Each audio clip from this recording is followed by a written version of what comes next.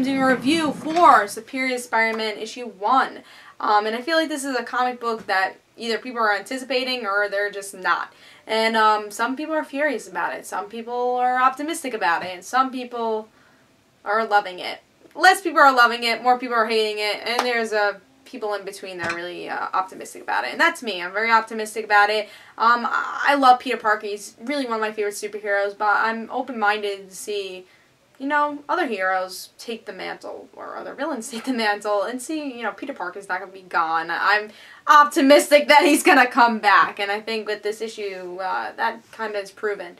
So let's see what happened with this issue, but before I start talking about this issue, just want to give you guys a little update that I have 3 reviews that I usually do on Dark Avenger Inc. I usually do on Comic Uno that I did on Dark Avenger Inc., which are Action Comics issue 16, Smallville Season 11 issue 9, and Fantastic Four issue 3. So if you want to go check out those reviews, go in the description below, click on the Dark Avenger Inc.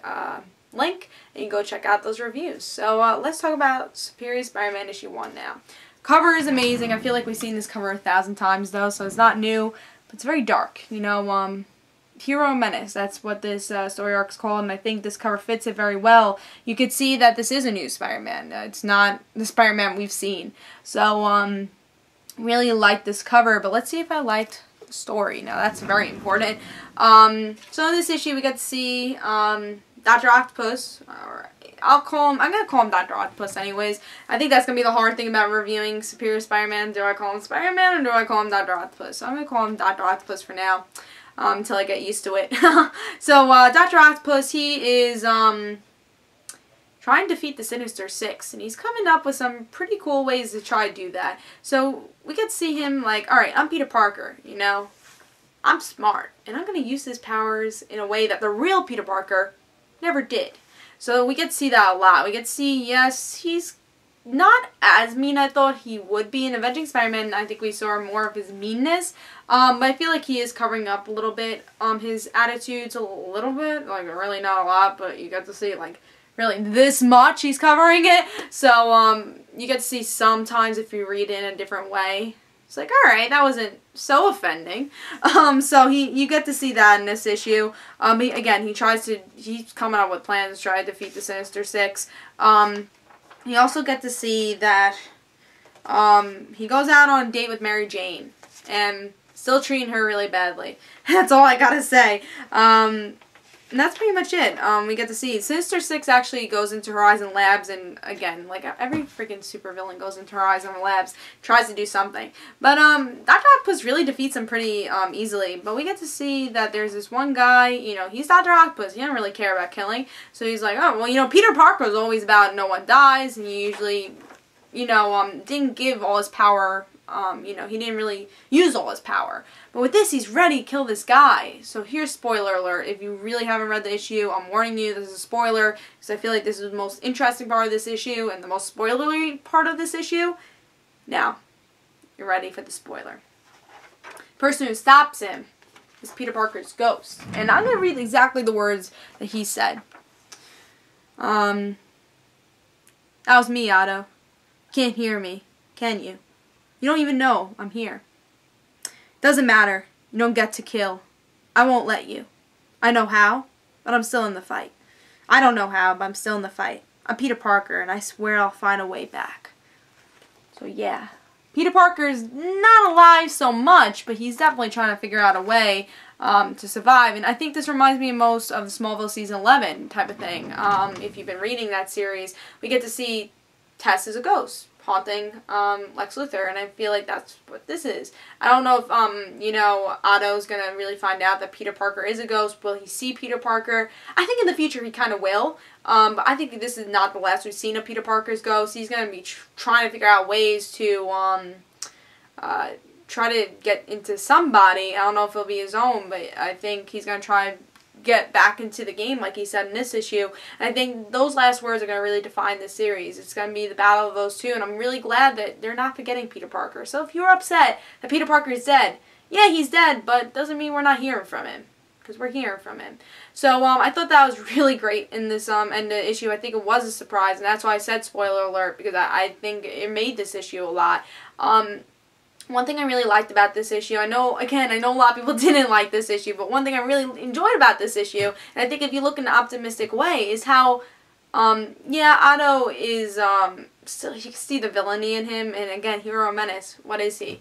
And he's very dark in this, but I think one thing I really like is how he's using, his one power he had, and as Dr. Octopus before, and that's how smart he is. I think that's what made him special as a villain, is how smart he is, and he's really using it here, and that's what's making him a really interesting hero, and something making him very different. I feel like that's something that popped out when I was reading this, how smart he is and how he's using it.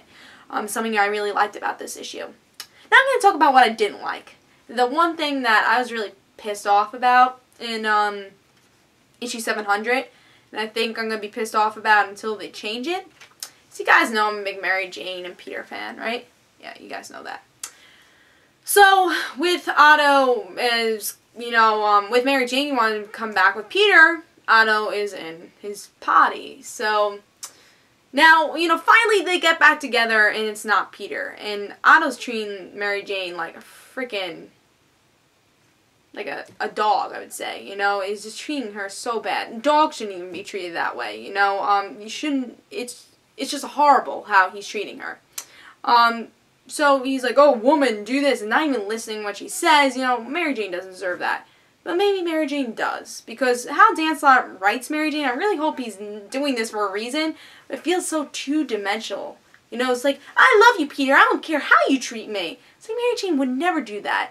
Why do you think Omit happened? She gave up on the whole wedding thing because of what Spider-Man was doing, what Peter was doing. Like, she's smart. You know, she has a mind and a brain, and she has opinions, not just like, I love you, Peter. I don't care if you know, you're abusing me, you never listen to me, or you know, you don't treat me that well, but I still love you, Peter. We're together, soulmates. You know, I'm really upset about that, and because I think the one person, if anyone's gonna notice that Peter's different, and I feel like people should notice that Peter's different. No one's even questioning that. That's something also, it's a little weird.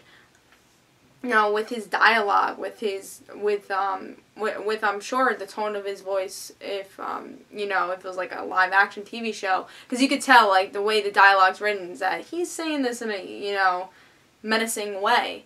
But how do people not notice that he's different? Not even one person's like, oh, well, you know, you seem a little angry today, Peter. You know, no one's saying, oh, you seem a little different. And the one person who should notice that is Mary Jane. Not say, I love you, Peter. Nothing's different. I don't see anything different about you. I mean, so many things went on when they're in a relationship that Mary Jane would notice, alright, something's happening with the Spider-Man thing, you know.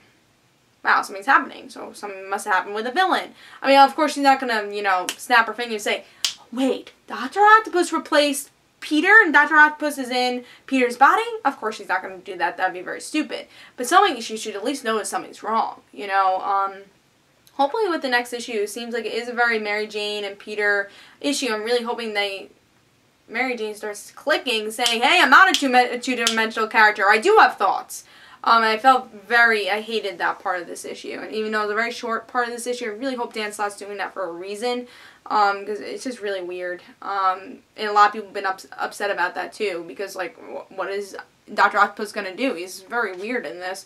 You know, a lot of people are like, oh, you know, will he, like, rape Mary Jane? Who knows if that's going to happen? You know, and I think that's something that it's going to be weird, I think, how Dan Slott's going to approach this story. Because it's just a very weird situation.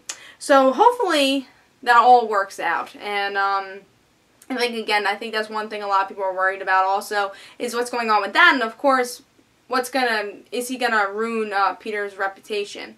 So I like this issue though, for the ending, and again, that's the only thing that really pissed me off, and it wasn't big, and I think I'm jumping into conclusions, and really, it's just something I see for the future of this issue, and that's why I think issue 1 was definitely worth picking up, and I think I have trust with Dan Slott, you know, and that's why I'm not worried about it as much. So I'm going to trust Dan Slott. He's going to do the right thing with this story. He brought Peter technically back, and I think that was an interesting ending. And I think that's what you have to do. You're going to have little tidbits of these stories, but you got to trust Dan Slott that he's going to do the right thing, and he's going to give us an interesting story and make fans happy at the same time. We might be angry now, but we don't see the full picture that he does see. So, yeah, so we'll see what happens with the next couple issues, and I'll definitely be picking up more issues because I'm a humongous Spider-Man fan. I want to see what happens with this. So tell me your thoughts in the comments below, because I'm sure there's going to be a lot of different thoughts in the comments below about this. So I give it 4.5 stars. I thought it was a really good issue. This is actually my pick of the week. So yeah, so I say pick it up. And guys, don't forget to follow me on Twitter for Comic Uno and the Rant Situations, and I'll see you guys later. Bye.